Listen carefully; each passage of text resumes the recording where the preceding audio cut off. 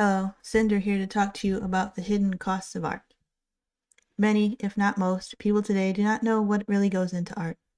This results in the devaluation of artists and the inability for many to not be able to charge what they're worth or to not be able to get work when they do. There are three categories of costs that go into art: time, skill, and supplies. Time. As the saying goes, time is money. People need to be compensated for their time no matter what the job is. It's only fair, and the last time I checked, expecting labor for free is slavery. Don't treat artists like slaves. Don't treat anyone like slaves. The question is, how much should an artist be paid for their time? A good start is minimum wage. Never charge less than that. Beyond that, skill is the determining factor. The better an artist's skill, the more they can charge. Skill. Skill is a huge factor, which I already touched on. It determines how much more you can charge beyond the hourly wage. Skill is not something you're just born with. It's something you have to earn. It takes time, and as I said before, time is money. It takes years to become a decent artist, decades to become truly good.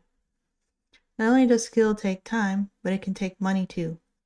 I'm of course talking about art school. A quick search comes up with 30 grand or more in tuition. To go where I wanted to go for game art, it would have been 60 grand in tuition. That's an insane amount of money. Majoring in art at a regular college is around 10 grand or more, which is still a lot, especially for teenagers just out of high school. Even if an artist didn't go to school to learn, there are still costs to learning, one of which is time.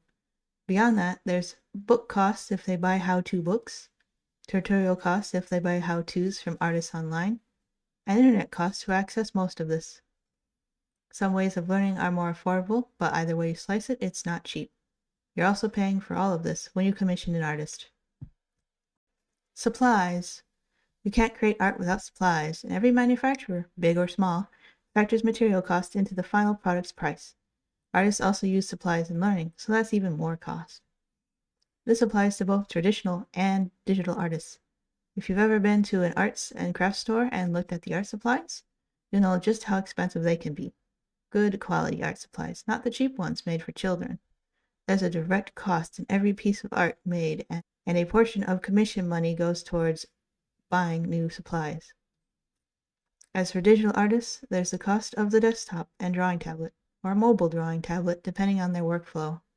There's also the electricity that powers the equipment, which may not be cheap depending on where you live. Then there's the cost of whatever programs they use. It all adds up.